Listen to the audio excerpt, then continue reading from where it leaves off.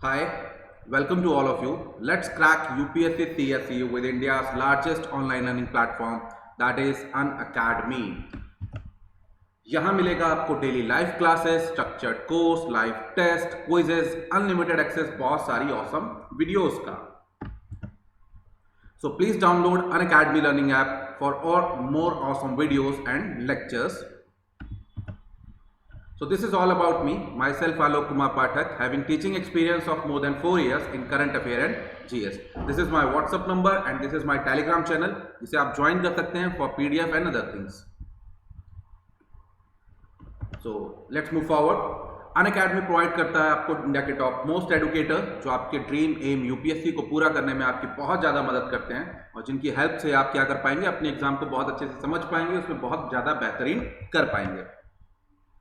सो अब हम बात करते हैं अनअकैडमी पे सब्सक्रिप्शंस की. तो जैसे ही आप अनअकैडमी का सब्सक्रिप्शंस लेते हैं तो आपको दिखेंगे ढेर सारे कोर्सेज. ये सारे कोर्सेज आप देख सकते हैं कि इतने सारे कोर्स आपको यहाँ पे दिख जाएंगे. ठीक है, जैसे आप देखिए polity, governance, geography, science tech, NCERT, history, optional, ecology and environment, art and culture, current, Indian economy, practice and strategy, फिर आंसर राइटिंग सेशन. तो आप देख सकते हैं इतने सारे कोर्सेज आपके सामने आ जाएंगे. मोर देन 15,000 कोर्सेज आपको यहाँ पे प्रोवाइड होंगे. अब हम बात करते हैं यूपीएससी सीएसई सब्सक्रिप्शंस के बारे में. तो एक महीने का सब्सक्रिप्शन आपका 8,000 से लेके आप 12 महीने का सब्सक्रिप्शन ले सकते हैं 44,000 का, and this is of plus subscription. But वही अगर आप चाहें तो सबसे बेस्ट ऑप्शन आपके लिए ये है कि आप 12 मंथ का जो सब्सक्रिप्शन ले सकते हैं वो है आपका 44,000 रुपीज़ का, जिसपे आप आलोक वाईटी कोड का इस्तेमाल करेंगे तो वो आपको पड़ेगा 39,600 रुपीज़ का. सेम उसी तरीके से अगर आप 24 मंथ का सब्सक्रिप्शन लेते हैं तो उसकी कॉस्ट है 64,000, बट सेम आप उस पर आलोक वाईटी कोड इस्तेमाल करेंगे तो वो आपको पड़ेगा 57,600 रुपीज़ का. तो ये है आपका प्लस वाला. तो प्लस में आप देख सकते हैं यहाँ तक ही फैसिलिटीज़ हैं आपकी, यानी लाइव क्लासेस, टेस्ट सीरीज, फिर आपकी एक मिनट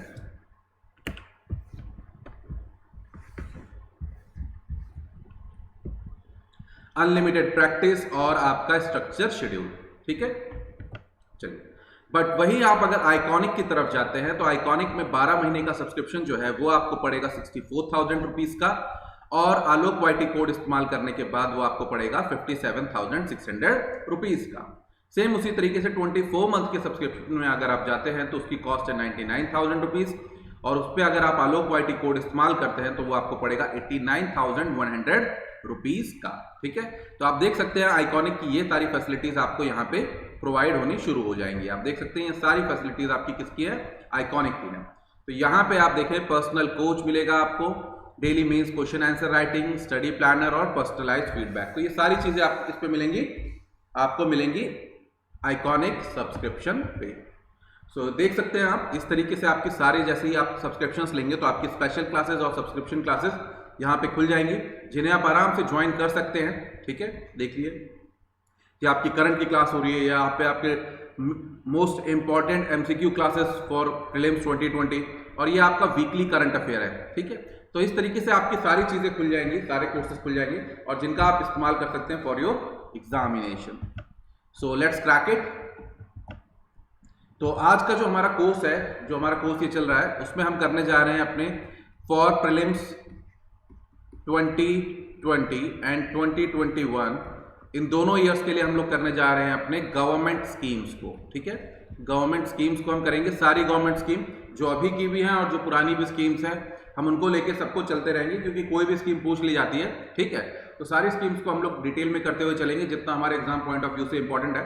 और ये सारी स्कीम आपके किस में काम आती है, आपके मेंस पे भी काम आती है फॉर योर आंसर राइटिंग. चलिए, तो सबसे पहले हमें स्कीम्स को समझने के लिए हमें ये जानना होगा कि स्कीम में क्वेश्चन किस तरीके के पूछे जाते हैं, किस तरीके की चीजें पूछी जाती है. ठीक है, तो उसे हम थोड़ा सा समझ लेते हैं. ठीक है,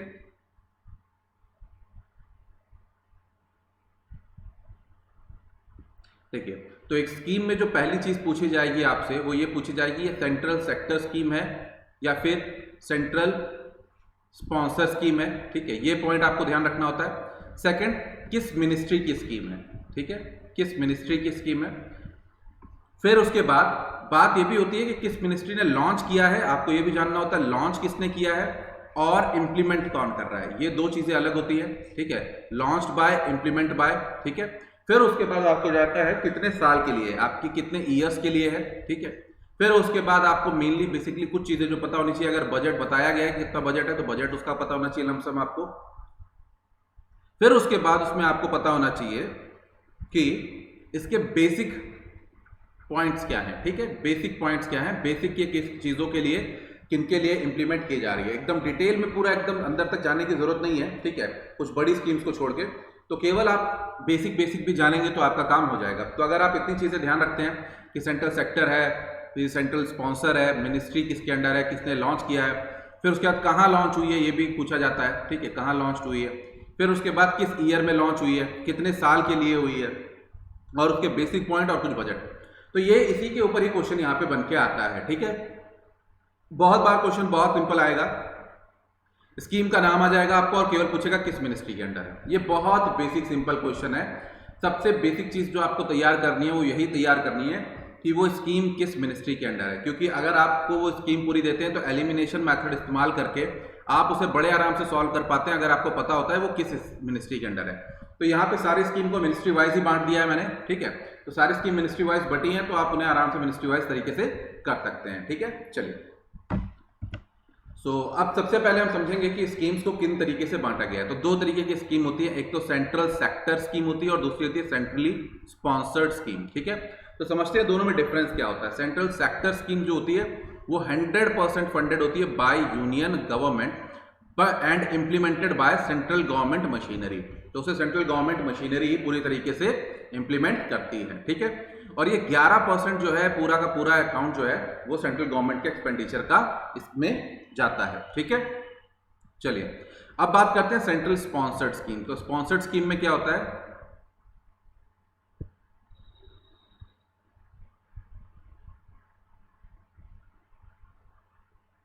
चलिए तो स्पॉन्सर्ड स्कीम में ये रहता है, एक मिनट रुकिए,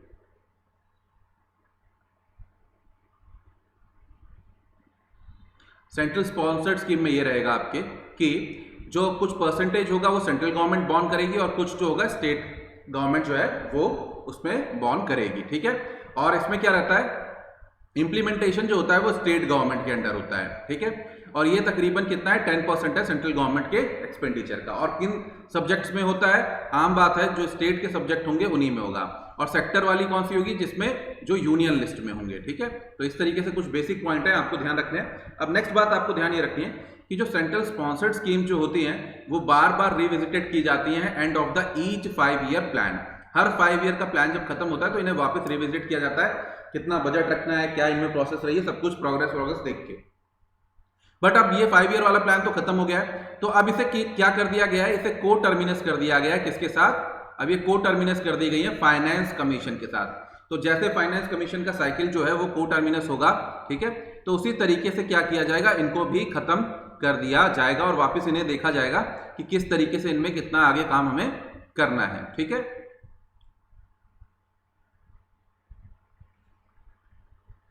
चलिए अभी देखिए 28 जो सेंट्रल गवर्नमेंट की स्पॉन्सर्ड स्कीम्स जो हैं वो सनसेट क्लॉज को मानती हैं एक्सेप्ट मनरेगा, ठीक है, एमजी नरेगा और आपकी मिनिस्ट्री ऑफ रूरल डेवलपमेंट, ठीक है। तो सनसेट क्लॉज होता है, तो बाकी सब चीजें और इसमें कुछ करनी है। चलिए नेक्स्ट हम बात करते हैं कि जो सेंट्रल स्पॉन्सर्ड स्कीम है इनको और दो पार्ट्स में बांटा गया है। एक तो है आपकी core of the core scheme. क्या है, core of the core scheme. तो आप देख सकते हैं core of the core scheme में क्या है, इसमें पूरे नेशनल लेवल पे डेवलपमेंट वाली जो स्कीम होती है वो सारी core of the core scheme होती है। तो आपको ध्यान रखनी होंगी, जैसे national social assistance programme, MG NREGA, ठीक है, फिर उसके बाद development of schedule caste, umbrella programme of development of schedule tribe, umbrella programme on minority vulnerable groups, ठीक है। फिर उसके बाद कोर स्कीम। अब ये कोर स्कीम आ गई, ठीक है। इनमें देखना है आपको green revolution, white revolution, blue revolution, प्रधानमंत्री की कृषि सिंचाई योजना, प्रधानमंत्री ग्राम सड़क योजना, प्रधानमंत्री Awas Yojana, rural drinking water, फिर स्वच्छ भारत मिशन, हेल्थ मिशन, फिर उसके बाद नेशनल हेल्थ प्रोटेक्शन स्कीम, फिर उसके बाद national education mission, national programme mid day meal, ठीक है, ये आपकी कोर स्कीम्स है। फिर उसके बाद मिड डे मील स्कीम, फिर उसके बाद इंटीग्रेटेड चाइल्ड डेवलपमेंट, फिर उसके बाद mission of empowerment of protection of women, फिर नेशनल लाइवलीहुड मिशन, फिर जॉब एंड स्किल डेवलपमेंट, आजीविका job and skill development, environment forestry wild life, फिर अमरूद मिशन, फिर उसके बाद पुलिस फोर्सेज और इंफ्रास्ट्रक्चर फैसिलिटीज फॉर जुडिशरी। तो ये है आपकी क्या कोर स्कीम। अब कुछ ऑप्शनल स्कीम है जैसे border area development programme ministry of home affairs के अंडर, ठीक है। और उसके बाद क्या है Shyama Prasad Mukherjee rural urban mission ministry of rural development के अंडर, ठीक है। तो इनकी फंडिंग थोड़ी अलग अलग तरीके से रहती है, कोर ऑफ कोर स्कीम की और ऑप्शनल स्कीम की, ठीक है। तो यह फंडिंग देख सकते हैं 60-40, 50-50, 100-100, इस हिसाब से थोड़ी दोनों की अलग अलग रहती है, ठीक है, सेंटर और स्टेट के रेशो के हिसाब से। चलिए अब नेक्स्ट इसमें हम देखते हैं कि जो सब ग्रुप बना था कि कितनी जितने बहुत सारी स्कीम्स हो गई थी, इनको सही तरीके से रैशनलाइज करने के लिए जो सब ग्रुप बनाया गया था मिनिस्टर्स का, उन्होंने ये कहा था कि 30 तक स्कीम रखी जाए मैक्सिमम, उससे ज्यादा ना रखी जाए, बहुत ज्यादा स्कीम हो जाती है तो कुछ भी अच्छे से नहीं हो पाता है, ठीक है। तो उसी तरीके से core scheme national development agenda पे काम करती है, ठीक है, और स्टेट और सेंट्रल गवर्नमेंट दोनों टीम इंडिया की तरह काम करते हैं। Core of core scheme social protection, social inclusion की चीजों पे काम करती है, ठीक है। और यहाँ पे ऑप्शनल स्कीम होती है जिसे स्टेट अपने मर्जी से चूज कर सकते हैं, ठीक है, इंप्लीमेंट करने के लिए, ठीक है। और मिनिस्ट्री ऑफ फाइनेंस क्या करेगी, इसमें कुछ लमसम अमाउंट जो होता है उन्हें देती है स्टेट गवर्नमेंट्स को। तो इस तरीके से कुछ बाइफर्केशंस है आपके किसके स्कीम्स के, तो आपको थोड़ा ध्यान रखना है सेंट्रल सेक्टर स्कीम क्या होती है, सेंट्रल स्पॉन्सर्ड स्कीम क्या होती है, ठीक है। फिर उसके बाद जो सेंट्रल स्पॉन्सर्ड स्कीम है वो core of the core scheme है, फिर उसके बाद कोर स्कीम है और लास्ट में आपकी ऑप्शनल स्कीम है, ठीक है। तो इस तरीके से आपको ध्यान रखना है। और उनकी मेनली फंक्शंस क्या होते हैं, दोनों में अलग अलग थोड़ा थोड़ा चेंज होता है। यहाँ पे जैसे 60-40 का होता है रेशो, यहाँ पे 50-50 का फाइनेंस का रेशो रहता है, ठीक है। और उसमें कोर ऑफ द कोर में मैक्सिमम पूरा का पूरा सेंट्रल गवर्नमेंट के थ्रू रहता है, बट स्टेट गवर्नमेंट थोड़ा बहुत काम करती है उसमें। चलिए नंबर स्कीम मैक्सिमम 30 रखने की बात की गई है। कोर स्कीम में नेशनल डेवलपमेंट एजेंडास को देखा जाता है, कोर ऑफ कोर स्कीम में सोशल प्रोटेक्शन, सोशल इंक्लूजन को देखा जाता है। ऑप्शनल स्कीम में क्या देखा जाता है आपके भाई कि स्टेट गवर्नमेंट अगर चाहे उसे इंप्लीमेंट करना तो इंप्लीमेंट कर सकते हैं, मिनिस्ट्री ऑफ फाइनेंस उसे कुछ लमसम अमाउंट में पैसा दे देगी। चलिए तो अब हम स्कीम स्टार्ट करते हैं एक एक मिनिस्ट्री के हिसाब से, और मिनिस्ट्री के हिसाब से उन स्कीम्स को करते चलेंगे। तो सबसे पहले हम करते हैं ministry of agriculture and farmer welfare, ठीक है। तो इसके अंडर जितनी भी स्कीम्स हैं जो हमें पढ़नी है उन सारी स्कीम्स को हम करते हुए चलेंगे। तो बेसिकली आपको कम से कम इतना ध्यान रखना है कि ये स्कीम जो है इस मिनिस्ट्री के अंडर है। तो सबसे पहली जो स्कीम आती है बहुत बड़ी स्कीम है, प्रधानमंत्री किसान सम्मान निधि, ठीक है। तो इसे पीएम किसान, आपको ये पीएम किसान भी ध्यान रखना है, ठीक है। इसका शॉर्ट फॉर्म करके भी आपसे पूछा जाएगा, ठीक है। जरूरी नहीं है कि पूरा नाम ही आपको दिया जाए, प्रधानमंत्री किसान सम्मान निधि, ठीक है। तो ये क्या है, सेंट्रल सेक्टर स्कीम है। और ये क्या गारंटी करती है, गारंटी करती है डायरेक्ट इनकम सपोर्ट। क्या गारंटी करती है, डायरेक्ट इनकम सपोर्ट किनको, कितने का, 6,000 रुपए का सभी फार्मर्स को, ठीक है। और ये पर ईयर दिया जाएगा ऑल लैंड होल्डर्स को, ठीक है। एक्सेप्ट, आपको ये एक्सेप्ट ध्यान रखना होगा, जितने भी एक्सेप्शंस होते हैं वो कम से कम आपको ध्यान रखने होते हैं। All institutional land holders, farmer family more और more members belong to the following category. अगर फॉलोइंग कैटेगरी में से है तो जैसे मिनिस्टर्स हो पुराने, मतलब आप सिंपल तौर पे समझ सकते हैं ऐसे लोगों को छोड़ दिया जाएगा जो अच्छे खासे अर्निंग है, ठीक है। मेयर हुआ, म्युनिसिपल रिटायर्ड ऑफिसर्स हुए, फिर उसके बाद कोई भी क्या नाम है आपके मंथली पेंशन 10,000 से ज्यादा जिनकी आ रही हो, जो इनकम टैक्स पे कर रहे हो, जिनके पास प्रोफेशनल डिग्रीज हो, प्रोफेशनल काम कर रहे हो, प्रोफेशनल लाइक डॉक्टर, इंजीनियर, ठीक है। और इन्हें क्या दिया जाएगा, 3 इंस्टॉलमेंट में ये पैसा दिया जाएगा 2,000 रुपए हर मंथ, ठीक है। हर मंथ नहीं, सॉरी, 2,000 रुपए 3 इंस्टॉलमेंट में दिए जाएंगे, टोटल 6,000 रुपए दिए जाएंगे साल में। चलिए, और ये क्या किया जाएगा, डायरेक्टली ट्रांसफर किया जाएगा उनके बैंक अकाउंट में, ठीक है। अब ये किस लिए हेल्पफुल रहेगा, ताकि वो अपने फार्म इनपुट्स लगा सके, मतलब अपने खेतों में अगर उन्हें कुछ खर्चा करना है, सिंचाई करनी है, खाद खरीदनी है, तो वो सब कर सके। और ये रेट्रोस्पेक्टिव लगेगा, ठीक है। क्या लगेगा, रेट्रोस्पेक्टिव लगेगा, 2018 की डेट से लगाया जाएगा, ठीक है। अब इसमें बात ये कही गई है, देखिए कुछ मेन पॉइंट आपको ध्यान ये रखने हैं। स्टेट गवर्नमेंट जो है और यूनियन टेरिटरीज जो है उनके एडमिनिस्ट्रेशन आइडेंटिफाई करेंगे इन फार्मर्स फैमिली को, ठीक है। ध्यान रखिएगा, स्टेट गवर्नमेंट उनको बेनिफिशियरीज को क्या करेगी, आइडेंटिफाई करेगी। ये बहुत इंपॉर्टेंट पॉइंट है, ठीक है, इसे बिल्कुल ध्यान रखिएगा। जो कैश ट्रांसफर होगा ये लिंक नहीं है लैंड साइज से, पहले ये लैंड साइज से लिंक किया गया था, बाद में ये पूरी तरीके से हटा दिया गया। तो ये लैंड साइज से बिल्कुल लिंक नहीं है, जो भी आपके पास लैंड साइज हो आपको ये पैसा मिलेगा ही मिलेगा। तो ये एक सप्लीमेंट इनकम हो गई है, ठीक है। चलिए, फिर उसके बाद रिस्पॉन्सिबिलिटी क्या है पूरी आइडेंटिफिकेशन की, किसके पास है? स्टेट गवर्नमेंट और यूटी गवर्नमेंट के पास है। बट इसमें, इस स्कीम में जो लैंडलेस टेनेंट्स हैं, ठीक है, उनको बाहर रखा गया है, these are out of the scope. ठीक है, तो जितने बेसिक पॉइंट थे वो हमने किए। अब सेम इसी तरीके से अदर स्टेट गवर्नमेंट ने भी अपनी स्कीम्स निकाली हैं। जैसे मध्य प्रदेश की है भावांतर भुगतान योजना, ठीक है, समझ में आ गई बात। फिर उसके बाद है रायतु बंधु स्कीम ऑफ तेलंगाना, ठीक। फिर उसके बाद आता है कृषक असिस्टेंट या कालिया स्कीम, किसकी? उड़ीसा गवर्नमेंट की। तो ये 3 स्कीम है, ठीक है। चलिए, तो आपको केवल बस ध्यान रखना है किस स्टेट की है, रायतु बंधु तेलंगाना, भावांतर भुगतान मध्य प्रदेश और कालिया उड़ीसा गवर्नमेंट।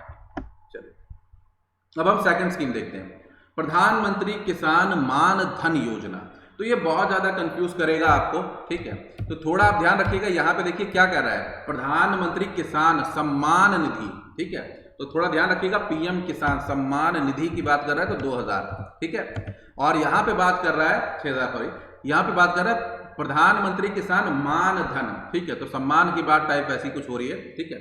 तो ये क्या है, एक सेंट्रल सेक्टर स्कीम है आपकी, और मान की बात हो रही है, मान की बात हो रही है, मतलब सम्मान की बात हो रही है। और सम्मान तभी होता है जब आप वृद्ध हो जाते हैं और आपके पास अपना खुद का कुछ इनकम सोर्स होता है, यानी आपकी पेंशन। तो ये क्या है, एक ओल्ड एज पेंशन स्कीम है, ठीक है, और किनको मिलेगी? Only small and marginal farmers को। तो सभी फार्मर्स को नहीं मिलेगी, जैसे वहां पे सभी को मिल रही है, क्योंकि लैंड साइज का कुछ रखा ही नहीं गया है वहां पे, यहां पे लैंड साइज को रखा गया है। जिनकी लेस हो 2 हेक्टेयर से, 2 हेक्टेयर से लैंड जिनकी लेस होगी वो इनके अंदर क्या कंसीडर किए जाएंगे। बट पीएम किसान में क्या होता है, सभी सारे किसानों को कवर किया जाएगा, भले उसके पास कितनी भी लैंड होल्डिंग क्यों ना हो, चाहे कम हो चाहे ज्यादा हो, सभी को कंसीडर किया जाएगा, ठीक है। चलिए नेक्स्ट आगे हम देखते हैं,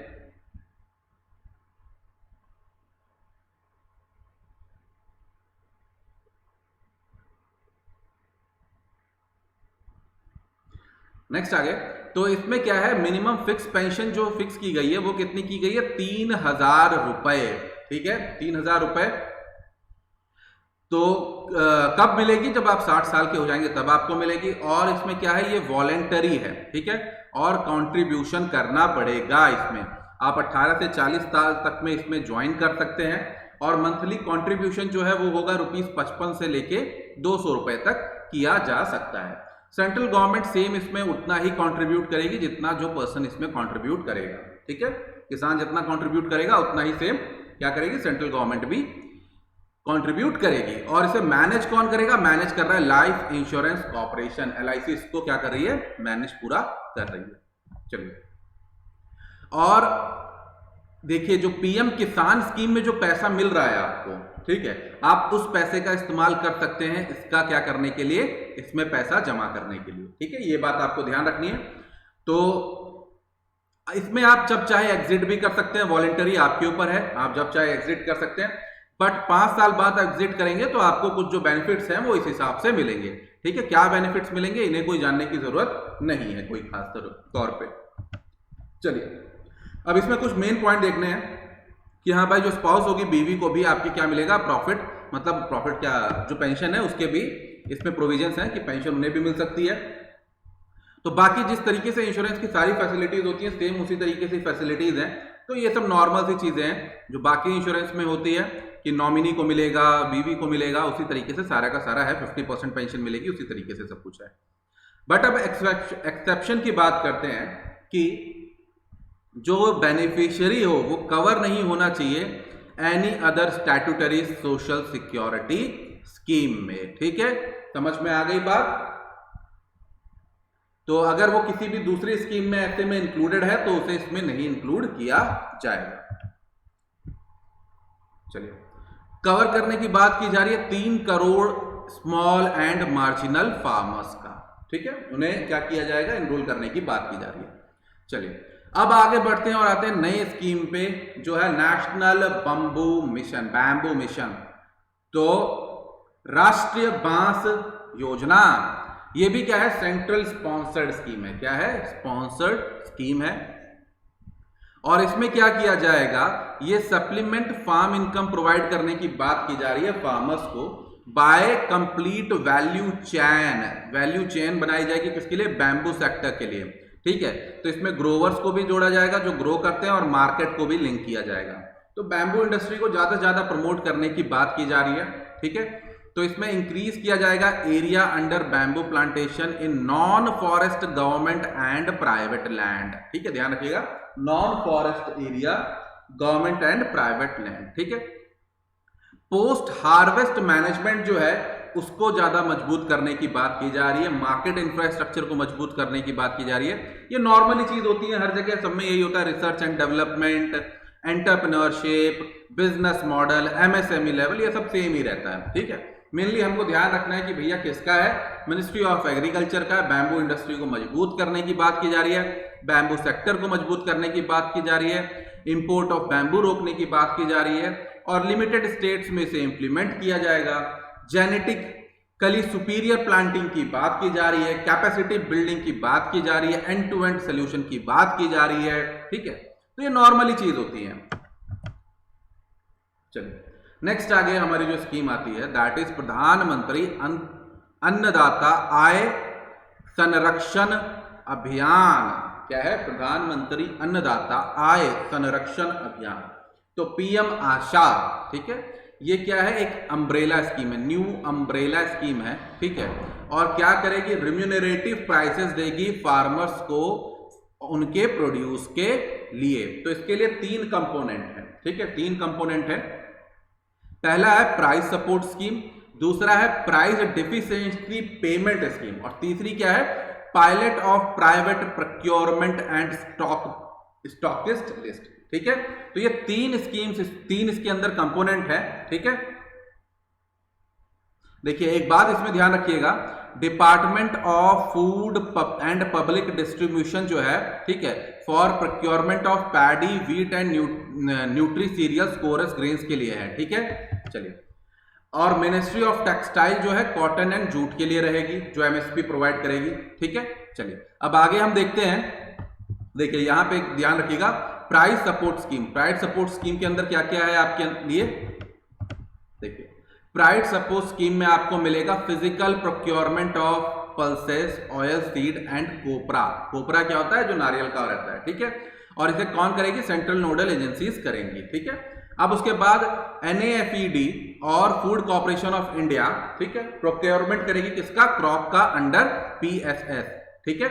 और जो एक्सपेंडिचर एंड लॉसेस जो है due to procurement will be borne by centre. किसके अंडर? हम देख सकते हैं प्राइस सपोर्ट स्कीम के अंदर। अब बात करते हैं प्राइस डेफिशिएंसी पेमेंट स्कीम, ठीक है। अगर कुछ कम पेमेंट उन्हें मिल रही है तो ये किसके अंदर है? तो सेंटर क्या करेगा? कवर करेगा इसमें ऑयल सीड्स को, ठीक है, विद MSP इज उनकी जिनकी MSP क्या है? नोटिफाइड की गई है। और जो डेफिशिएंसी डिफरेंस जो है MSP और एक्चुअल जो कॉस्ट उन्हें मिल रही है वो डायरेक्ट किसके अंदर? फार्मर्स के बैंक अकाउंट में सीधा सीधा डाल दिया जाएगा। तो रिकॉग्नाइज मंडी में अगर आप जाके किसान अपना सामान बेच रहा है और जो भी MSP फिक्स की गई है उससे कम प्राइस अगर मिल रहा है तो वो जो कम प्राइस जो है वो क्या किया जाएगा? डायरेक्ट उसके अकाउंट में डाल दिया जाएगा। चलिए नेक्स्ट है pilot of private procurement and stockist list scheme, ठीक है। तीसरा जो पोर्शन है इसके अंदर उसे देखते हैं, ठीक है। तो यहां पे ध्यान रखिएगा ये स्कीम जो है इस वाली में क्या है? कोई फिजिकल प्रोक्योरमेंट नहीं हो रहा है, ठीक है। गवर्नमेंट फिजिकल प्रोक्योरमेंट नहीं कर रही, बस सीधा MSP और उसके बीच का जो है वो सीधा सीधा क्या करेगी? उसके अकाउंट में डाल देगी। अब इसमें क्या है? इसमें केसेस है ऑयल सीड के लिए, ठीक है। स्टेट के पास ऑप्शन है केवल किसमें? सिलेक्ट डिस्ट्रिक्ट्स में इसे इस्तेमाल किया जाएगा। और प्राइवेट प्लेयर्स क्या कर पाएंगे? इसमें प्रोक्योर कर पाएंगे किसको? क्रॉप्स को एट MSP, ठीक है। ऐसे प्राइवेट प्लेयर्स नहीं कर पाते बट यहां पे क्या कर पाएंगे? कर पाएंगे, ठीक है। और जो प्राइवेट प्लेयर हैं उन्हें क्या किया जाएगा? इसके लिए कंपनसेट किया जाएगा, ठीक है। चलिए नेक्स्ट बात करते हैं नेफेड। नेफेड क्या है? आपको ये जानना है, national agriculture cooperative marketing federation of India. कब बनी थी? 1958 में बनी थी। और एक क्या है? Multi state cooperative society act के अंडर ये एक सोसाइटी है, ठीक है। तो ज्यादा से ज्यादा कोऑपरेटिव सोसाइटीज को ज्यादा फैलाने के लिए, ज्यादा मजबूत करने के लिए ये बात करती है। चलिए अब बात करते हैं FCI। FCI का भी नाम आया। तो FCI कब बना था? किस एक्ट के अंदर? फूड कॉर्पोरेशन एक्ट 1964 के अंडर। तो एक स्टैट्यूटरी बॉडी है।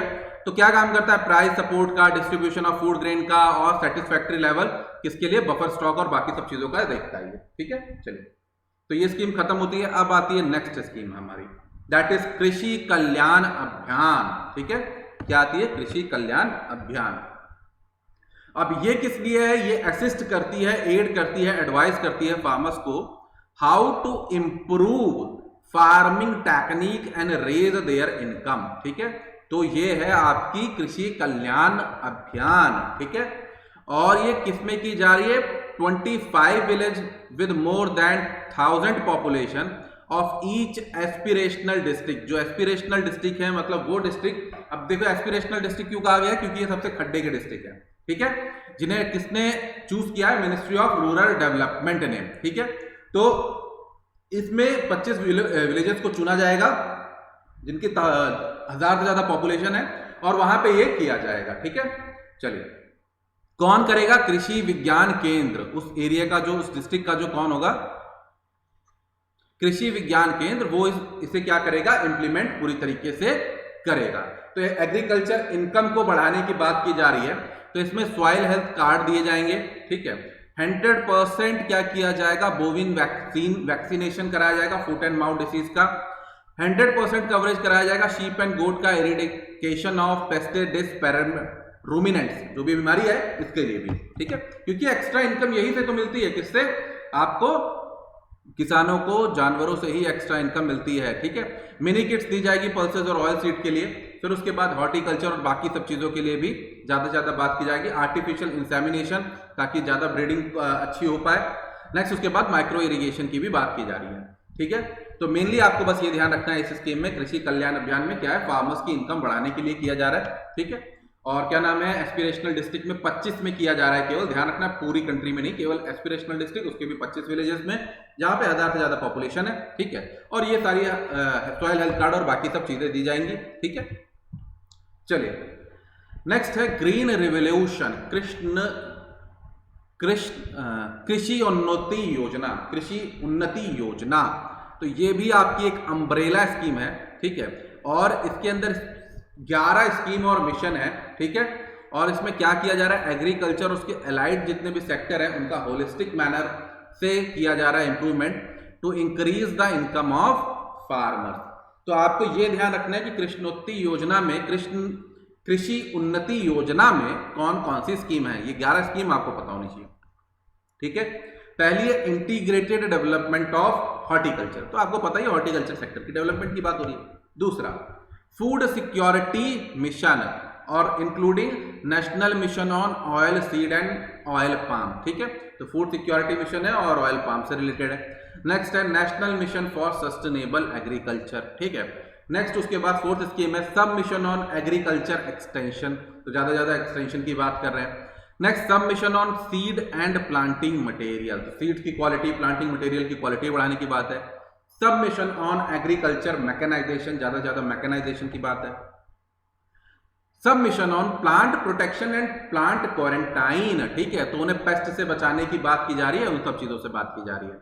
Integrated scheme on agriculture census economic and statics, ठीक है। समझ में आ रहा है, नाम से समझ में आ रहा है कौन सी स्कीम क्या कर रही है। Integrated scheme on agriculture corporations की ज्यादा, कॉपरेटिव्स की ज्यादा बात कर रही है, रीजनल इम्बैलेंसेस को हटाने की बात की जा रही है। Next integrated scheme on agriculture marketing, ठीक है, क्योंकि ये सबसे मेन इंपॉर्टेंट चीज है। और उसके बाद नेशनल ई गवर्नेंस प्लान, ठीक है, तो फार्मर्स को ज्यादा से ज्यादा आईसीटी तक पहुंचाना, ठीक है। चलिए, तो ये 2017-18 में किया गया था कि इन सारी स्कीम को एक अम्ब्रेला स्कीम के अंदर डालने की बात की जा रही थी, ग्रीन रेवोल्यूशन कृषि उन्नति योजना, ठीक है। चलिए, अब बात करते हैं mission organic value chain development for north east region. तो ऑर्गेनिक इंडस्ट्री को, ऑर्गेनिक फूड इंडस्ट्री को ज्यादा से ज्यादा बढ़ाने के लिए, उसके लिए बात की जा रही है, ठीक है। तो इसका छोटा फॉर्म देख सकते हैं आप लोग, काफी खतरनाक है, MOVCDNER, ठीक है। सेंट्रल सेक्टर स्कीम है और यहां पे क्या किया जाएगा? आम बात है, ऑर्गेनिक फार्मिंग की पोटेंशियल को बढ़ाने की बात की जाएगी नॉर्थ ईस्टर्न स्टेट्स में। तो नॉर्थ ईस्टर्न स्टेट कवर होंगे अरुणाचल प्रदेश, असम, मणिपुर, मेघालय, मिजोरम, नागालैंड, सिक्किम और त्रिपुरा। और इसकी स्कीम का मेन मकसद क्या है कि सर्टिफाइड किया जाए किनको? ऑर्गेनिक जो भी प्रोड्यूस है उन्हें, ठीक है। और इसके लिए एंटायर वैल्यू चेन को पूरी तरीके से डेवलप किया जाएगा। चलिए अब बात करते हैं सॉयल हेल्थ कार्ड स्कीम।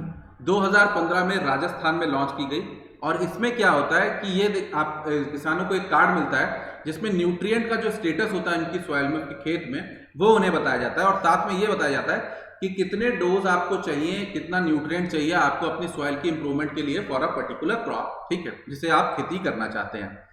तो इसके लिए कार्ड जो होता है ये हर 3 साल में इशू होता है, ये बात आपको ध्यान रखनी है।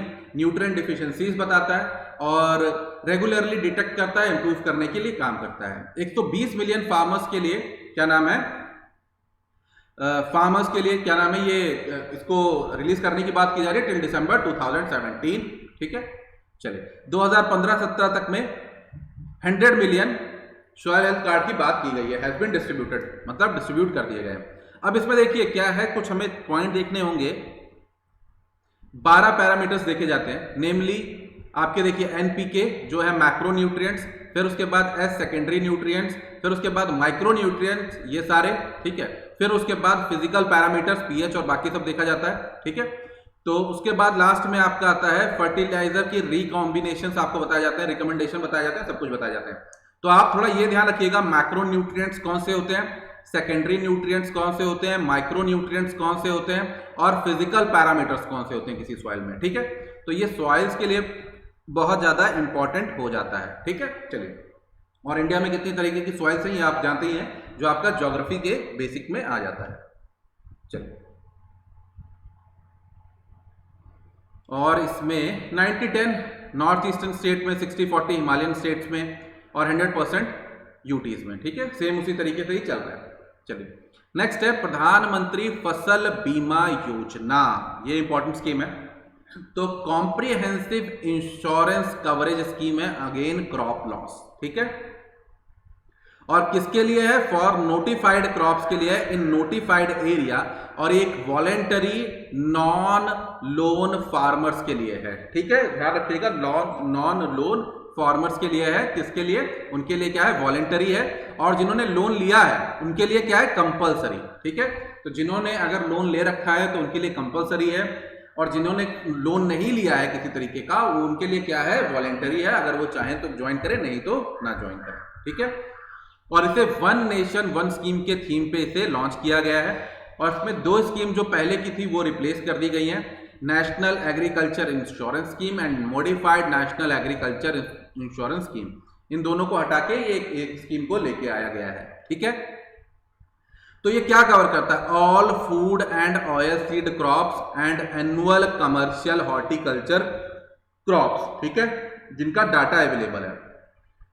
चलिए नेक्स्ट आगे हम देखते हैं प्रीमियम रेट्स क्या है, ठीक है। तो प्रीमियम रेट्स जो है इनके 1.5% है आपके रबी क्रॉप्स के लिए, 2% है खरीफ क्रॉप के लिए और 5% है हॉर्टिकल्चर यानी एनुअल क्रॉप्स के लिए। इसके क्या है, प्रीमियम रेट्स है। कोई अपर लिमिट नहीं है गवर्नमेंट की सब्सिडीज की, ठीक है। फिर उसके बाद क्या है, इसमें जो लॉसेस कवर है, non preventable risk such as natural fire, storm, hail storm, cyclone, inundation, ये सारी की सारी चीजें जो है लोकलाइज्ड कैलेमिटी, फिर उसके बाद पोस्ट हार्वेस्ट प्रोसेस, सब इसमें क्या किया गया है, कवर किया गया है, जो पहले की स्कीम्स में कवर नहीं थे। तो इसमें क्या इस्तेमाल किया जाएगा, रिमोट सेंसिंग का इस्तेमाल किया जाएगा, बैंक को मैंडेटरी होगा इंश्योरेंस के लिए ये देखना। फिर उसके बाद असेसमेंट जो है, कुछ प्रॉब्लम है कि जो एवरेज क्रॉप लॉस को देखा जाता है ना कि फार्मर की फील्ड के लॉस के हिसाब से देखा जाता है, ये एक थोड़ा सा इसमें प्रॉब्लम देखने को मिल सकता है।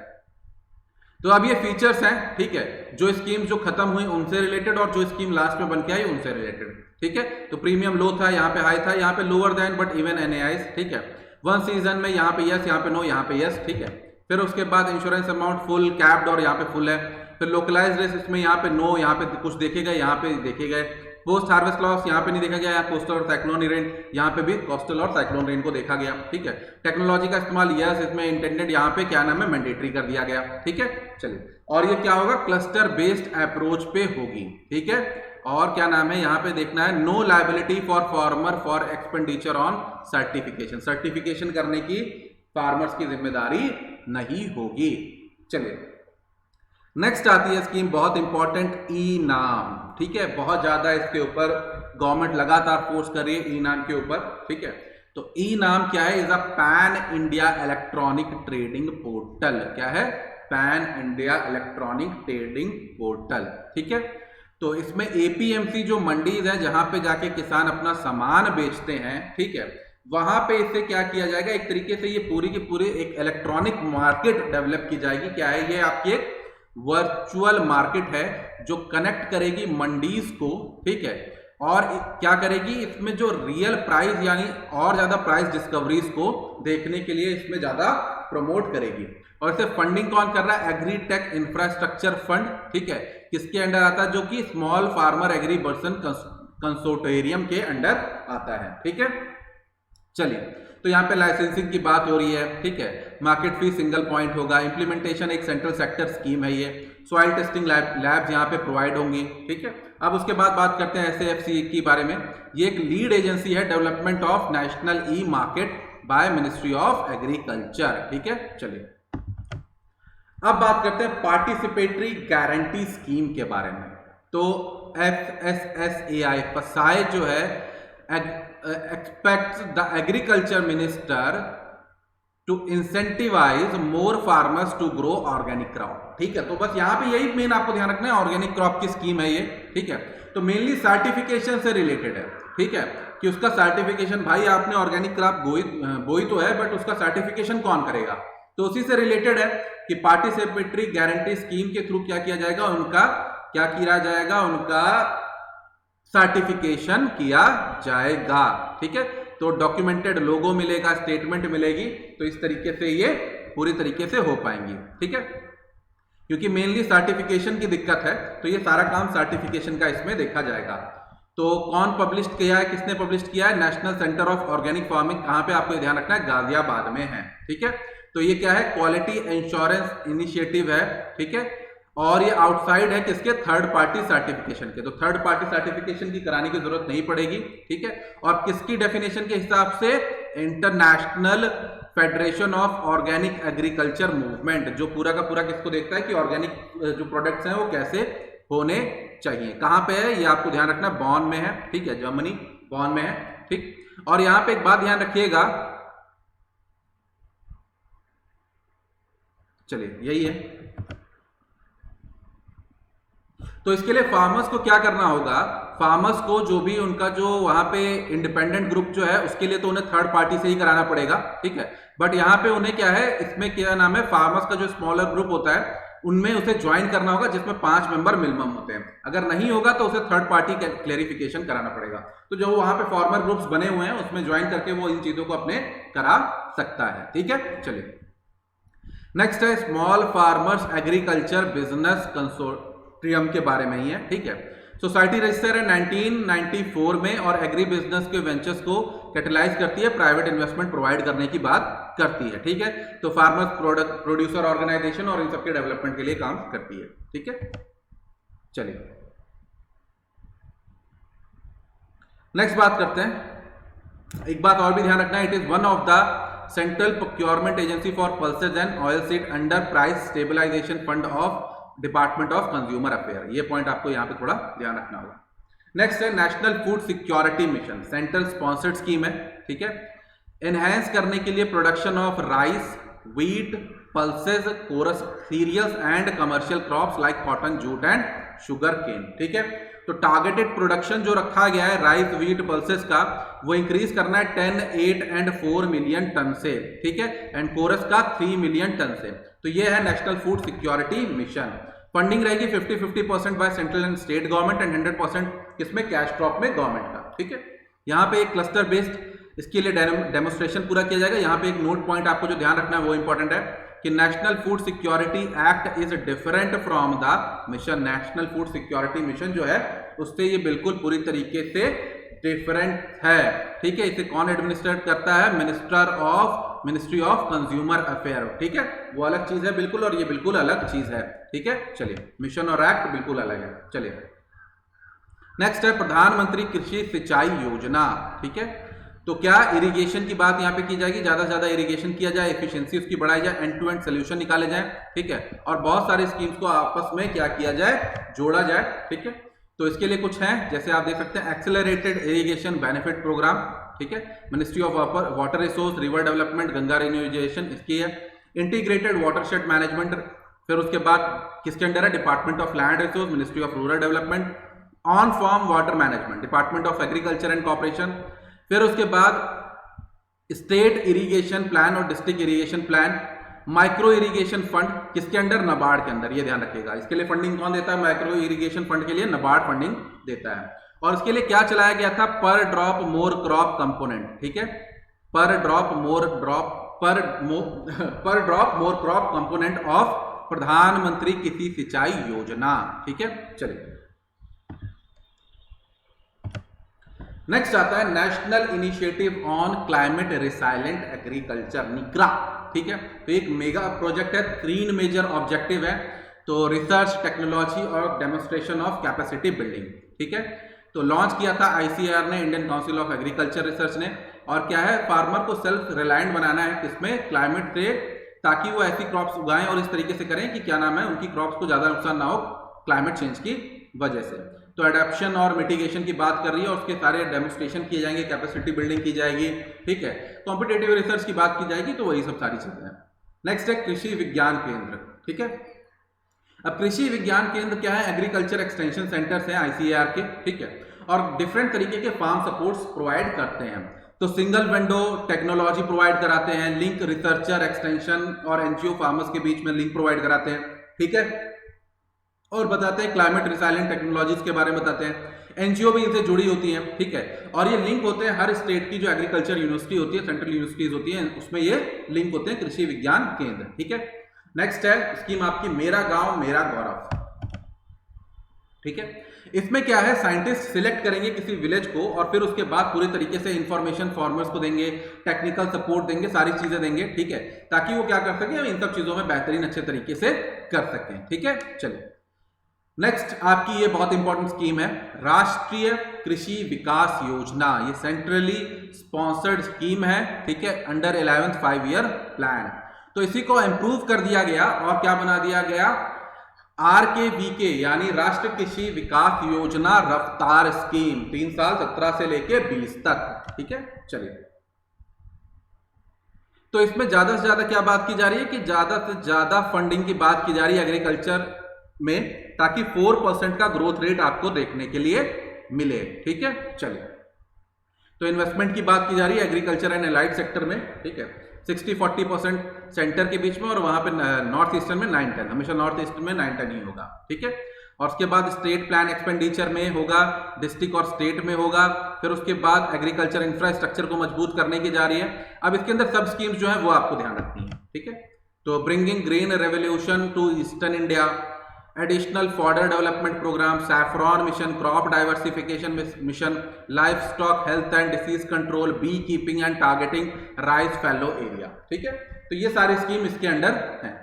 नेक्स्ट है, मेनली आपको ध्यान रखना है कि 4% की ग्रोथ रेट जो दिखानी है वो मेन है, ठीक है। ये आपको ध्यान रखनी है किस मिनिस्ट्री के अंडर है और कैसी स्कीम है, ये आपको पता होनी चाहिए। स्पॉन्सर्ड स्कीम है, ये 3-4 चीजें आपको बहुत अच्छे से पता होना चाहिए। और कितने से कितने साल, मैंने आपको पहले ही बताया कि आपको क्या क्या ध्यान रखना है किसी स्कीम में। पहली चीज जो स्कीम में ध्यान रखनी है वो किस मिनिस्ट्री के अंदर है, ठीक है। दूसरी चीज आपको ध्यान रखनी है सेंट्रल स्पॉन्सर्ड है, ठीक है, या सेंट्रल सेक्टर है। फिर उसके बाद आपको ध्यान रखना है अगर कुछ बहुत बड़ा बजट टाइप कुछ अलॉटेड है तो, ठीक है, क्योंकि बजट के ऊपर अगर 100 मिलियन 100 मिलियन कितना ही है, अगर बहुत बड़ा कुछ है। फिर उसके बाद उसके लिए टाइम कब लॉन्च की गई और कितने साल के लिए लॉन्च की जा रही है, ये कुछ पता होना चाहिए। और उसके मेन आपको प्रोविजन, अगर कुछ मेन आपकी कुछ चीजें हैं तो वो आपको पता होना चाहिए। जैसे 4% ग्रोथ की बात हो रही है, ये सब यहाँ पे बात हो रही है, ठीक है। चलिए नेक्स्ट है पंडित दीनदयाल उपाध्याय उन्नत कृषि शिक्षा स्कीम, ठीक है। तो एग्रीकल्चर एजुकेशन, शिक्षा मतलब एजुकेशन को डेवलपमेंट करने की बात की जा रही होगी। 100 सेंटर बनाए जाएंगे, तो कंप्लीट नॉलेज बेस्ड है, कोकोनट और बनाना के बारे में नॉलेज बढ़ाई जाएगी। और आर्या एक पहले से स्कीम चल रही है, आपको ये पता होना चाहिए, एक अनदर प्रोजेक्ट है और ये आपको पता होना चाहिए, ठीक है। किसका है, आईसीएआर का है, जिसे इंप्लीमेंट कौन करता है, कृषि विज्ञान केंद्र करता है। Attracting and retaining youth in agriculture, ये बहुत इंपॉर्टेंट है, ध्यान रखिएगा। चलिए नेक्स्ट, ई रकम, ठीक है। ये क्या है, ई रकम है आपकी, ई राष्ट्रीय किसान एग्री मंडी एक डिजिटल प्लेटफॉर्म है, पोर्टल है, जहां पे फार्मर्स क्या कर सकते हैं, सेल कर सकते हैं their agriculture product through auction across the country, और पेमेंट डायरेक्टली उनके अकाउंट्स में आ जाएगी बिना कोई बिचौलिए के। ठीक है, चलिए सेंट्रल वेयर हाउस जो है आपका वो इसके लिए लॉजिस्टिक सपोर्ट्स प्रोवाइड करेगी। ठीक है, चलिए नेक्स्ट है national programme on use of space technology for agriculture. तो इसमें स्पेस और जियो स्पेशियल टूल्स का इस्तेमाल किया जाएगा मैपिंग, मॉनिटरिंग, मैनेजमेंट का एग्रीकल्चर के लिए।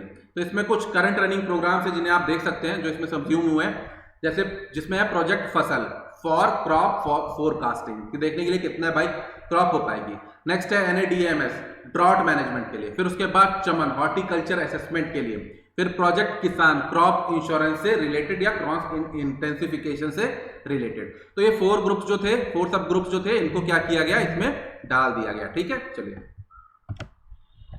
अब बात करते हैं, वही प्रोजेक्ट चमन वहां पे पड़ा, यहां पे आ गया। तो डेवलपमेंट किसकी करने की बात की जा रही है, इसमें हॉर्टिकल्चर के डेवलपमेंट की बात की जा रही है। इंप्लीमेंट कौन कर रहा है, नेशनल क्रॉप फॉरकास्ट सेंटर इसको इंप्लीमेंट कर रहा है यूजिंग रिमोट सेंसिंग टेक्नोलॉजी। ठीक है, जियो स्पेशियल, ऑर्किड के बारे में, एक्वा हॉर्टिकल्चर, सब चीजों को इसमें देखा जाएगा। नेक्स्ट है मिशन फिंगरलिंग। तो ये क्या है, जुवलाइन फिश होती है। ठीक है, फिश होती है साइज ऑफ फिंगर। ठीक है, तो इसकी डेवलपमेंट के लिए ये पूरा का पूरा मिशन है। ठीक है, और इससे क्या होगा, ब्लू रेवोल्यूशन का पार्ट है ये, कि इसमें ब्लू रेवोल्यूशन करने की जा रही है, पोटेंशियल स्टेट्स में इसे इंप्लीमेंट किया जाएगा। ठीक है, अब नेक्स्ट है हर मेड़ पर पेड़। तो मेड़ आप लोगों को पता होगी, जो थोड़ा भी गांव देहात से हैं, जो नहीं होंगे उन्हें नहीं पता होगा मेड़ क्या होती है। जो 2 खेत होते हैं, जो खेत होते हैं आपके ये, ठीक है, तो एक खेत और दूसरे खेत के बीच में जो पार्टीशन किया जाता है कि यहाँ से एक खेत दूसरे का है, या फिर जिस तरीके से भी उसे डिवाइड किया जाए, तो एक मिट्टी का ऐसे मेड़ बना दी जाती है, डिवीजन बना दिया जाता है। तो इस मेड़ पे पेड़ लगाने की बात की गई है इसमें। ठीक है, कि यहाँ पे आप पेड़ लगा दीजिए। इसके फायदे भी हैं और इसके कुछ नुकसान भी हैं। ठीक है, दोनों चीजें हैं। ठीक है, तो उसे जब फॉरेस्ट्री में पढ़ेंगे आप, तब उसे वहां पे अच्छे से पढ़ पाएंगे। ठीक है, एग्रो फॉरेस्ट्री को प्रमोट करने की बात की जा रही है, एक्स्ट्रा फार्म इनकम मिलेगी, रिस्क मैनेजमेंट होगा। ठीक है, ये सब चीजें आपको मिल जाएंगी इसमें। नेक्स्ट है national mission for sustainable agriculture. तो सस्टेनेबल एग्रीकल्चर की बात हम कर ही रहे हैं, तो आम बात है क्लाइमेट रिसाइलेंट की बात करेंगे, तो एडॉप्शन और मिटिगेशन की बात करेंगे। तो इसमें फीचर्स कुछ होंगे, आम बात है कि भाई local specialise integrated composting farming system इस्तेमाल किया जाए, नेचुरल रिसोर्सेज का इस्तेमाल किया जाए, सॉइल हेल्थ मैनेजमेंट का इस्तेमाल किया जाए, वाटर रिसोर्सेज का सही से यूटिलाइजेशन किया जाए। और इसके 3 मेजर कंपोनेंट है, इस स्कीम के 3 मेजर कंपोनेंट है, rain fade area development, soil health management, और आपका climate change sustainable agriculture monitoring, modelling and networking. ठीक है, चलिए तो अब हम आते हैं डेयरी सेक्टर पे। अब हम किस पे आ रहे हैं, डेयरी सेक्टर पे आते हैं। तो पहली आती है राष्ट्रीय गोकुल मिशन। ठीक है, तो conservation development of indigenous breed की इसमें क्या की जाएगी, डेवलपमेंट की बात की जाएगी साइंटिफिक मैनर से। ठीक है, तो इसके लिए किस प्रोजेक्ट के अंडर, इसके लिए एक पहले से प्रोजेक्ट चल रहा है, national programme for bovine breeding and dairy development, उसी के अंडर ये चल रहा है। ठीक है, तो कंजर्वेशन किया जाएगा इंडिजिनस ब्रीड का। तो इंडिजिनस ब्रीड का ही क्यों डेवलपमेंट करने की बात की जा रही है, देखिए मेन बात है, जो इंडिजिनस ब्रीड होती है वो कम वनरेबल होती है डिसीजेस से। ठीक है, उसे बीमारियां कम लगती हैं। तो देसी गाय जो है हमारी, उन्हें बीमारियां कम लगेंगी, बट जो आप फॉरेन से गाय मंगाते हैं इंपोर्ट करके, उनके साथ प्रॉब्लम ये है कि उन्हें रख रखाव उनका बड़ा महंगा होता है। उन्हें AC चाहिए, फैन चाहिए, कूलर चाहिए, तब वो रह पाएंगे, क्योंकि वो ठंडे एरिया में रहते हैं। उन्हें यहाँ पे ले आएंगे तो उन्हें बीमारी होगी, फिर वो दिक्कत हो जाएगी।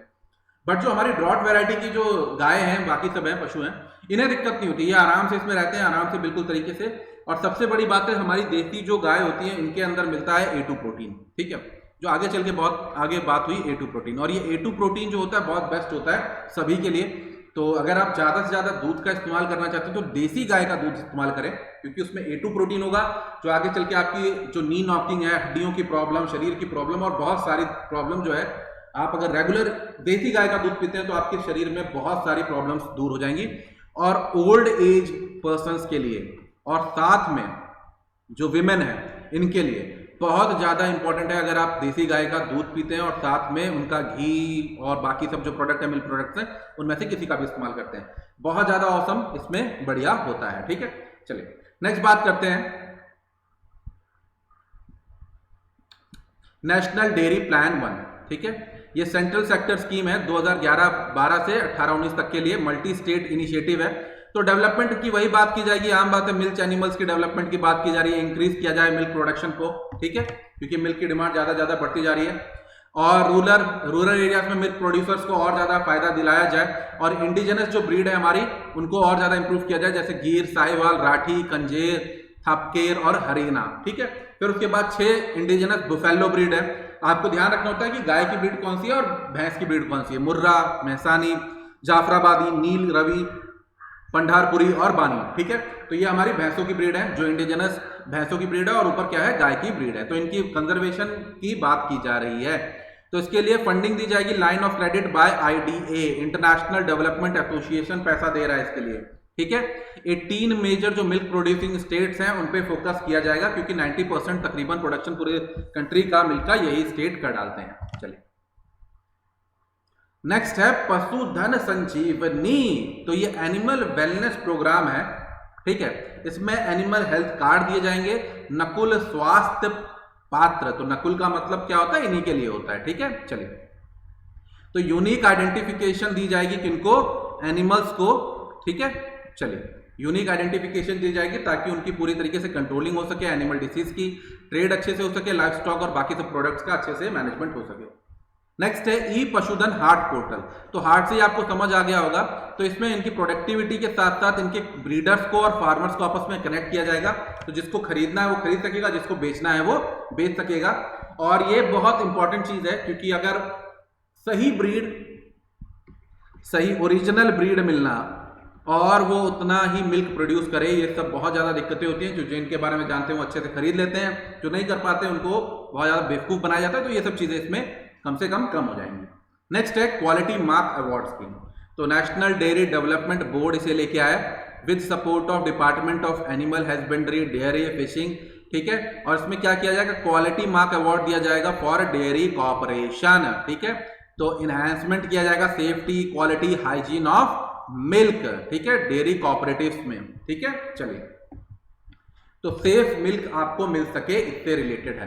अब कुछ हम इनिशिएटिव की बात करते हैं मिनिस्ट्री ऑफ एग्रीकल्चर की, जिसमें पहला है जीरो हंगर प्रोग्राम, ठीक है। तो इसे गोरखपुर से स्टार्ट किया गया, उत्तर प्रदेश के कोरापुट के उड़ीसा से, और थाने के महाराष्ट्र से। कब, 2018 में। किसके under, Indian council of agriculture research ने इसको स्टार्ट किया, with association of ICMAR and BIRAC, ठीक है। इन तीनों ने मिलकर इसे लॉन्च किया for integrated approach of developing suitable agriculture horticulture practices, ठीक है। और इसमें क्या किया जा रहा है, फार्मिंग सिस्टम को मजबूत किया जाएगा ताकि जीरो हंगर की ट्रेनिंग प्रोवाइड कराई जा सके, जिसमें बायो फोर्टिफाइड प्लांट और क्रॉप्स की क्या किया जाएगा, प्रोडक्शन की बात की जा रही है, ठीक है। चलिए तो इसमें प्लांट्स की ब्रीडिंग की जाएगी, उन्हें माइक्रो न्यूट्रिएंट्स से आयरन, आयोडीन, विटामिन ए और जिंक सब कुछ उसके अंदर मिले, ताकि लोग जो उन्हें खाएं तो उनके अंदर इनकी कमी ना हो। चलिए नेक्स्ट है युवा सहकार स्कीम। तो नेशनल कोऑपरेटिव डेवलपमेंट कॉर्पोरेशन ने इसे इंट्रोड्यूस किया है, ठीक है। और ये क्या है, इनोवेशन स्कीम है, ठीक है, इनोवेशन स्कीम है। और अब NCDC की बात करते हैं, यूनिक, ये क्या है, सोल स्टैट्यूटरी ऑर्गेनाइजेशन है, अपेक्स फाइनेंशियल एंड डेवलपमेंट है, किसके लिए, कोऑपरेटिव सेक्टर्स की डेवलपमेंट के लिए, ठीक है। तो इसमें यही बात की जा रही है कि ज्यादा से ज्यादा युवा किसमें आए, कोऑपरेटिव्स की फील्ड में आए, डाइवर्स फील्ड में आए, एग्रीकल्चर से रिलेटेड, ठीक है। तो यूथ फ्रेंडली है, ठीक है।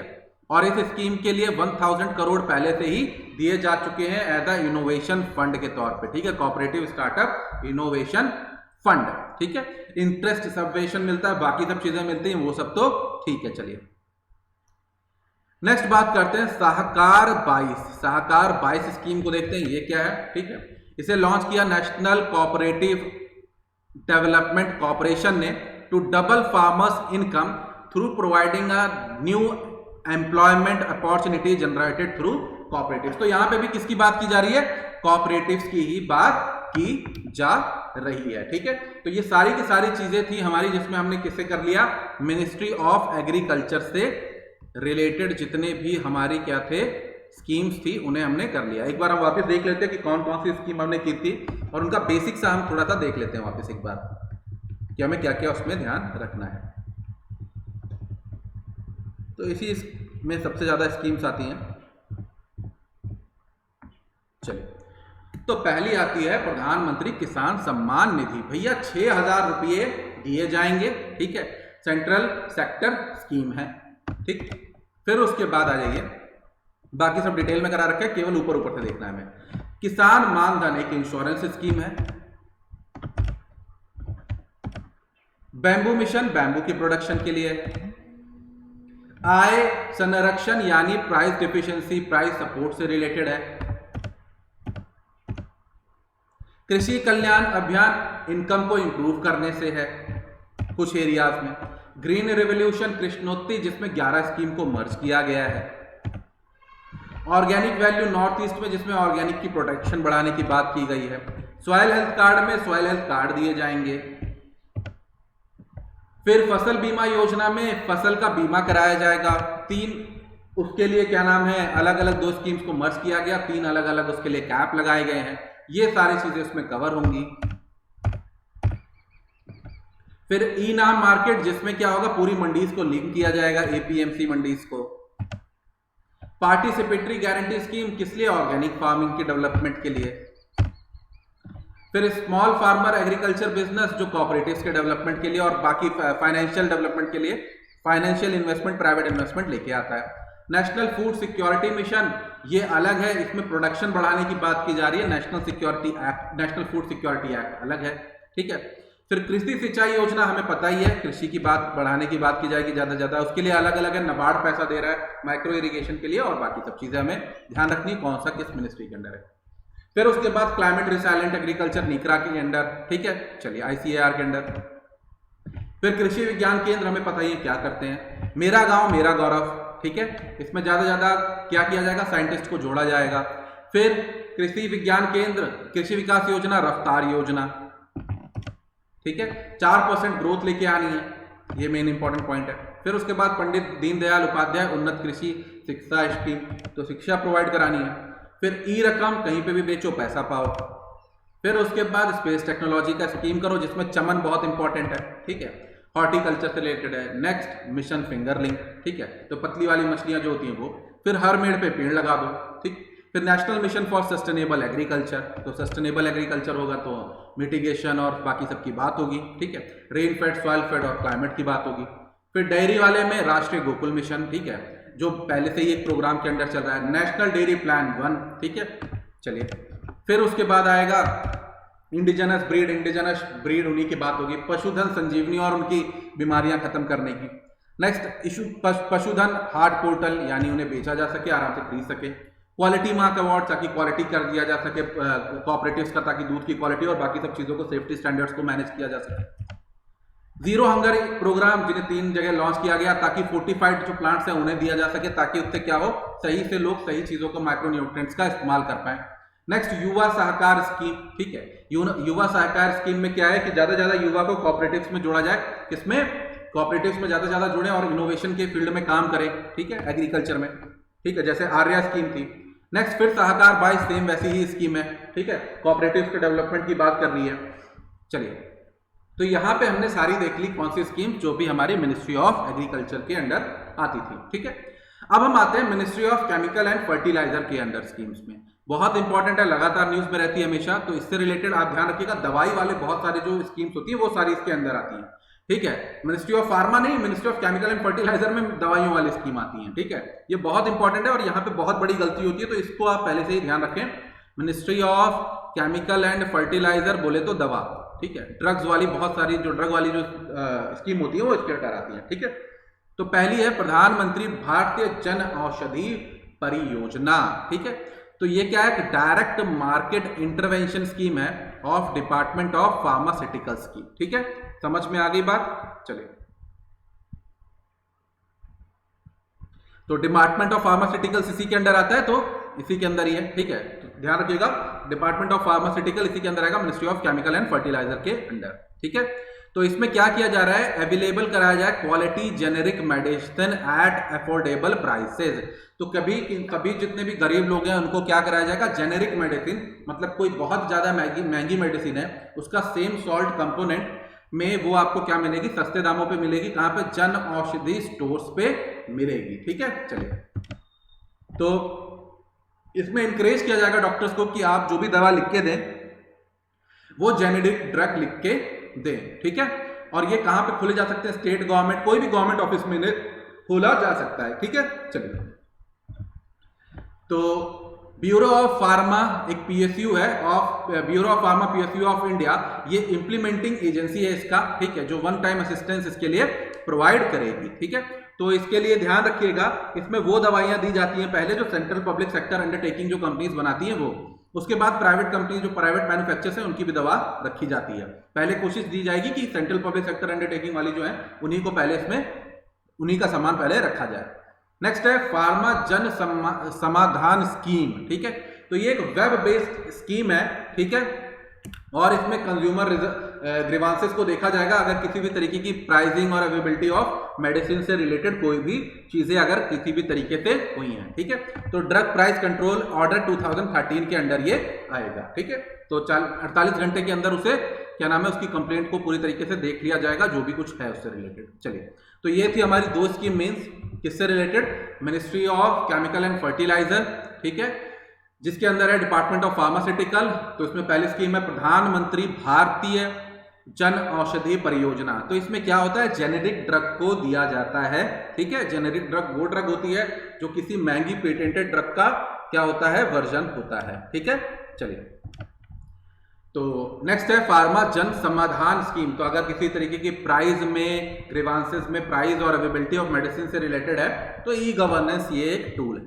चलिए, नेक्स्ट बात करते हैं मिनिस्ट्री ऑफ सिविल एविएशन आता है, जिसमें पहली स्कीम है उड़े देश का आम नागरिक। तो उड़ान स्कीम है इसका, रीजनल कनेक्टिविटी स्कीम है। क्या है? एक ये आपकी, एक मिनट रुकिए, रीजनल कनेक्टिविटी स्कीम है। तो रीजनल एयर कनेक्टिविटी को इसमें बढ़ाने के लिए बात की जा रही है। एयरपोर्ट अथॉरिटी ऑफ इंडिया क्या है? इसकी इंप्लीमेंटिंग एजेंसी है, ठीक है। चलिए, तो ये क्या प्रोवाइड करती है? कंसेशन प्रोवाइड करती है to airlines to encourage them to fly the regional routes, ठीक है। चलिए, तो उन्हें कंसेशन प्रोवाइड करी जाएगी और इसके लिए मिनिमम एयर फेयर जो रखा गया है वो 2500 रुपए रखा गया है 1 घंटे की जर्नी का, अप्रोक्सीमेटली 500 किलोमीटर। और इसमें बात की गई है कि सिलेक्टेड एयरलाइंस क्या करें, 50% जो सीट है अपनी वो किसके लिए रखें? इन्हीं पैसेंजर्स के लिए रखें, ठीक है। चलिए, और इसके लिए एक रीजनल कनेक्टिविटी फंड भी बनाया गया है, ठीक है। 80% लॉसेस कौन करेगा? सेंट्रल गवर्नमेंट, और 20% स्टेट गवर्नमेंट करेगी।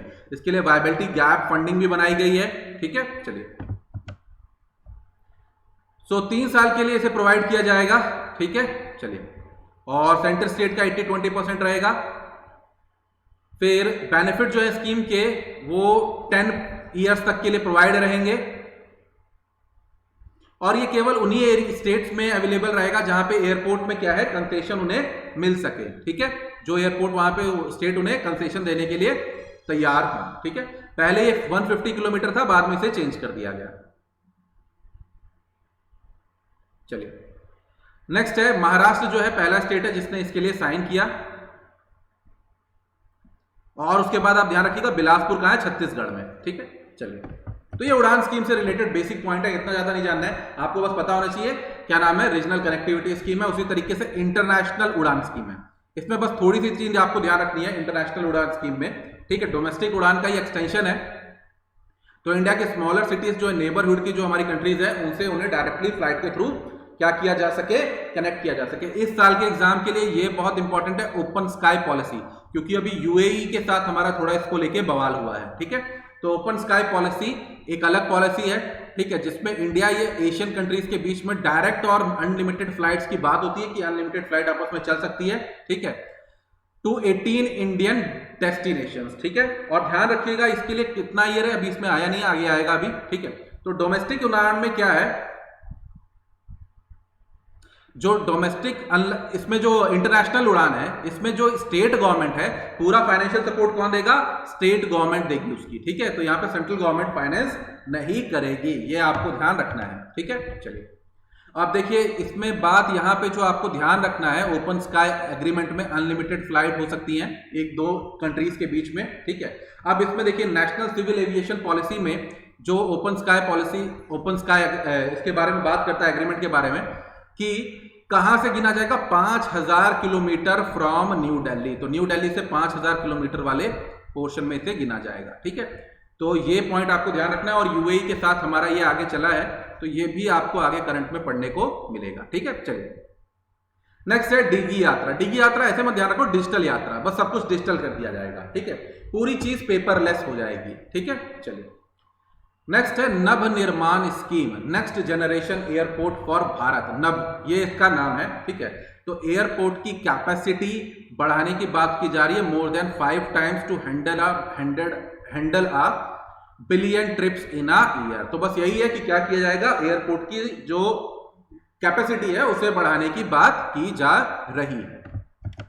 चलिए नेक्स्ट आती है हमारी ministry of commerce and industry. ठीक है, सो इसमें बात हम करते हैं transport and marketing assistant scheme के बारे में। ठीक है, तो इसमें क्या किया जा रहा है, scheme is for specialised agriculture product to produce for international component and freight marketing of the produce. ठीक है, तो इसमें देखिए क्या किया जा रहा है, इसमें जो मेन चीज किया जा रही है वो मिटिगेट किया जा रहा है किसी भी तरीके का अगर डिसएडवांटेज हो रहा है एक्सपोर्ट करने में, किसकी वजह से, ट्रांसपोर्टेशन और ट्रांसशिपमेंट की वजह से। तो ट्रांसशिपमेंट क्या होता है, ट्रांसशिपमेंट ये होता है जैसे इंडिया का हमारा ये कोस्ट है, तो बड़े वेसल्स जो हैं, बड़े शिप्स हैं, वो इंडिया के इस कोस्ट पे नहीं आ सकते क्योंकि हमारा कोस्ट ऐसा है नहीं, तो उन्हें क्या करना पड़ता है, श्रीलंका में रुकना पड़ता है, फिर श्रीलंका से छोटे वेसल्स में डाल के उन्हें लाया जाता है। तो इसी के लिए इसे क्या किया जाएगा, इसका जो लॉस होता है ट्रांसशिपमेंट का, इसे खत्म कर दिया जाएगा, खत्म करने की बात की जा रही है। और अभी ऐसा कोशिश किया जा रहा है कि अंडमान और निकोबार को इस तरीके से डेवलप किया जा रहा है कि ट्रांसशिपमेंट वाली जो चीज है इसे कम किया जा सके। ठीक है, तो मिनिस्ट्री ऑफ कॉमर्स इंडस्ट्री की बात करें, स्टार्टअप इंडिया स्कीम सभी को पता है। ठीक है, एंटरप्रेन्योरशिप इनोवेशन की बात इसमें पूरी तरीके से हो रही है। कुछ आपको चीजें ध्यान रखनी है, स्टार्टअप उनको कंसीडर किया जाएगा जो 10 इयर्स होंगे from incorporation, registration headquarter India में हो और टर्नओवर उनका एक्सीड ना करे 100 करोड़ का। ठीक है, चलिए, और बहुत सारी उन्हें फैसिलिटीज दी जाएगी, सेल्फ सर्टिफिकेशन, मोबाइल ऐप, और उसके बाद मेन चीज है 80% जो है पेटेंट कॉस्ट जो है उनकी बची जाएगी। ठीक है, चलो एग्जिट पॉलिसी उनके लिए आसान रहेगी, उन्हें क्रेडिट गारंटी दी जाएगी स्मॉल इंडस्ट्रियल फंड के अंडर, सिडबी के अंडर। ठीक है, और उसके बाद क्या, टैक्स एग्जम्पशन दिया जाएगा, टैक्स एग्जम्पशन 3 साल के लिए दिया जाएगा, लेबर इंस्पेक्शन से 3 साल तक छूट है, अटल इनोवेशन का वो फायदा उठा सकेंगे, सेतु का फायदा उठा सकेंगे, किसके अंडर जो है, नीति आयोग के अंडर है। ठीक है, चलिए, तो इसमें कोशिश ये की जाएगी ज्यादा से ज्यादा SC ST वुमेन कम्युनिटीज को भी प्रमोट किया जाए। ठीक है, चलिए, तो वही है। नेक्स्ट है स्वानी योजना। ठीक है, is funded by national rural livelihood mission for rural development of the rural development ministry. तो ये कुछ है आपकी अलग स्कीम्स है जो डेवलपमेंट के लिए बात कर रही हैं। ठीक है, सेम इसी तरीके का जैसे दीनदयाल उपाध्याय स्वानी योजना। ठीक है, which will develop the rural development ministry under backed by मुद्रा लोन। नेक्स्ट है स्टार्टअप एकेडमिक अलायंस प्रोग्राम। ठीक है, तो इसे स्टार्टअप एकेडमिक अलायंस प्रोग्राम ने, इसे स्टार्टअप इंडिया ने अभी रिसेंटली इसको लॉन्च किया है। चलिए, सो नेक्स्ट है मेंटरिंग का प्रोग्राम है। ठीक है, जिसमें स्कॉलर्स को स्टार्टअप्स के लिए क्या किया जाएगा, आपस में जोड़ा जाएगा ताकि दोनों आपस में जुड़ के काम कर सकें। तो इसके लिए रिड्यूस किया जाएगा गैप साइंटिफिक रिसर्च का और इंडस्ट्रियल एप्लीकेशन का। ठीक है, और इसे लॉन्च किया गया है पार्टनरशिप विद किसके, regional centre for biotechnology and TERI के लिए। ठीक है, इन दोनों को इसमें मिला के किया गया है। नेक्स्ट है इंटीग्रेट टू इनोवेट प्रोग्राम। ठीक है, तो ये 3 मंथ का कॉर्पोरेट एक्सेलरेशन प्रोग्राम है फॉर एनर्जी स्टार्टअप्स के लिए, ये आपको ध्यान रखना है। इसके लिए प्राइस रखा गया और बाकी सब चीजें रखी गई हैं। तो एनर्जी स्टार्टअप्स को ज्यादा से ज्यादा प्रमोट करने के लिए बात की जा रही है और इसे डेवलप किया invest India and energy sector companies ने। ठीक है, चलिए, नेक्स्ट है ईबीस। ये पार्ट है 27 मिशन मोड प्रोजेक्ट्स का under national e governance programme. ठीक है, तो इसमें क्या किया जा रहा है, बिजनेस एनवायरनमेंट को बहुत ज्यादा इंप्रूव करने की बात की जा रही है ताकि गवर्नमेंट टू बिजनेस जो सर्विसेज हैं उनको बहुत ज्यादा कस्टमर सेंट्रिक और सिंगल विंडो क्लियरेंस के थ्रू इन्हें पूरी तरीके से किया जा सके, इलेक्ट्रॉनिक बिजनेस को ज्यादा से ज्यादा प्रमोट किया जा सके। तो किसी भी तरीके के सारे काम इनके क्या हो, इलेक्ट्रॉनिक स्कीम से हो सके। ठीक है, चाहे वो लाइसेंस हो, परमिट हो, रेगुलेशन हो। ठीक है, तो सारी चीजें हो सके। नेक्स्ट है IPR अवेयरनेस। तो सबको पता है कौन लेके आया होगा, सीपम को लेके आया होगा। इसे कौन लेके आया होगा, लॉन्च किसने किया होगा, सीपम ने, क्योंकि आईपीआर का काम कौन देखती है, सीपम देखती है, cell for IPR promotion and management. ठीक है, तो pan India tier 1, tier 2, tier 3 तीनों सिटीज में से लॉन्च किया जाएगा। ड्यूरेशन रखा गया है 3 साल। चलिए, तो क्या है सीपम, क्या है, प्रोफेशनल बॉडी है किसके under, department of industrial policy and promotion के अंडर, जो आईपीआर की डेवलपमेंट की इंडिया में ज्यादा से ज्यादा बात करती है। ठीक है, चलिए नेक्स्ट है revenue insurance scheme for plantation crop. ठीक है, तो ये इंश्योरेंस स्कीम है available only to plantation crop. ठीक है, जिन्हें किसके अंदर नहीं मिला है, फसल बीमा योजना के अंडर नहीं मिला है। तो स्मॉल ग्रोवर्स जो है rubber, T, coffee, tobacco, cardamom, ठीक है, 10 हेक्टेयर तक है या उससे लेस होल्डिंग का है, तो उन्हें इसमें प्रोवाइड होगी क्या, इंश्योरेंस प्रोवाइड होगा। ठीक है, और ये क्या प्रोवाइड करेगा आपको, प्राइस स्टेबलाइजेशन फंड स्कीम के अंडर प्रोवाइड होगा। ठीक है, और ये स्कीम कंपलसरी है, जो किसके अंदर, कम्युनिटी बोर्ड के अंदर, जिन ग्रोवर्स ने अपने आप को क्या करा रखा है, रजिस्टर करा रखा है। एरिया बेस्ड अप्रोच इसमें होगा। ठीक है, चलिए, और ये सारे जो है इनको एक्सक्लूड रखा गया है, वॉर, न्यूक्लियर रिस्क और डैमेज जो है मिसलेनियस तरीके से इनको इसमें एक्सक्लूड रखा गया है। अब यहां पे एक बात ध्यान रखना है, पीएसएफ फॉर पल्सेस, ठीक है, जो है आपका price stabilisation fund for pulses and agri horticulture community, ये मिनिस्ट्री ऑफ कंज्यूमर अफेयर के अंडर आता है। ये पॉइंट आपको ध्यान रखना है, ये मिनिस्ट्री ऑफ कंज्यूमर अफेयर के अंडर आता है। ठीक है, चलिए नेक्स्ट है निर्यात बंधु स्कीम। ठीक है, इसमें कोशिश ये की जा रही है ज्यादा ज्यादा एक्सपोर्टर्स जो हैं उन्हें क्या किया जाए, ज्यादा ज्यादा मेंटोर किया जाए, ताकि वो ज्यादा ज्यादा किसमें, एक्सपोर्ट सेक्टर में इंडिया के जुड़े आके। ठीक है, चलिए, तो ये स्कीम किसके अंडर है, ये स्कीम किसके अंडर आती है, foreign trade policy of India. तो फॉरेन ट्रेड पॉलिसी में 2 स्कीम मेन है आपकी। ठीक है, merchandise export of India scheme. ठीक है, तो इसमें एक्सपोर्ट की बात करने की बात की जा रही है, ज्यादा ज्यादा एक्सपोर्ट, ठीक है, of manufactured product from India. ठीक है, विदेश कृषि एंड ग्राम उद्योग योजना, तो इसमें भी यही की जा रही है, ड्यूटी क्रेडिट स्क्रिप्ट जो है, ठीक है, ये प्रोवाइड की जाएगी जो इंपोर्टर्स होगा उन्हें, ताकि वो क्या कर सके, इसमें जो उन्हें बेनिफिट जो मिलेगा, ठीक है, ट्रांसपोर्ट का, वो उन्हें प्रोवाइड हो सके, ताकि जो ट्रांसपोर्ट की वजह से जो उनका लॉस है वो उसे पूरा किया जा सके। ठीक है, तो 2 तरीके की स्कीम होती है, एक तो फोकस मार्केट स्कीम होती है, जिसमें मार्केट पे फोकस किया जाता है कि इन मार्केट में ये सामान ज्यादा से ज्यादा बेचा जा सकता है, और दूसरा ये होता है फोकस प्रोडक्ट स्कीम, कि ये प्रोडक्ट इन जगह ज्यादा बेचा जा सकता है। तो 2 तरीके की स्कीम होती है, फोकस मार्केट स्कीम और फोकस प्रोडक्ट स्कीम, किसके अंडर, आपके merchandise export of India scheme के अंडर। चलिए, तो इसमें इंफ्रास्ट्रक्चर एफिशिएंसीज को दूर किया जाएगा। ठीक है, एक्सेलरेट किया जाएगा ग्रोथ एक्सपोर्ट का, और चलिए, तो ड्यूटी क्रेडिट स्किप जो है वो इक्विवेलेंट रहेगी 10% ऑफ फॉरेन एक्सचेंज के। ठीक है, सो यहां पे हमारा खत्म होता है आज का ये पहला लेक्चर, जिसमें हमने इतनी सारी स्कीम्स अभी तक की हैं, और आगे की मिनिस्ट्री ऑफ कम्युनिकेशन और नेशनल ब्रॉडबैंड स्कीम जो है उसे हम लोग आगे कवर करेंगे। ठीक है, तो अभी जितनी स्कीम्स है हमारी इसी तरीके से कवर करते रहेंगे, ताकि हमारे इस एग्जाम से आने वाले थे और आगे के जितने भी एग्जाम है, ठीक है, वहां पे हम क्या कर सके, इन्हें अच्छे से कवर कर सके। चलिए, so use my code Alok YT two can okay, use my code alok YT to get 10% discount on Unacademy subscription, and this is my phone number जिसे आप यूज कर सकते हैं to get any query related to, so let's crack it. Thank you and best of luck.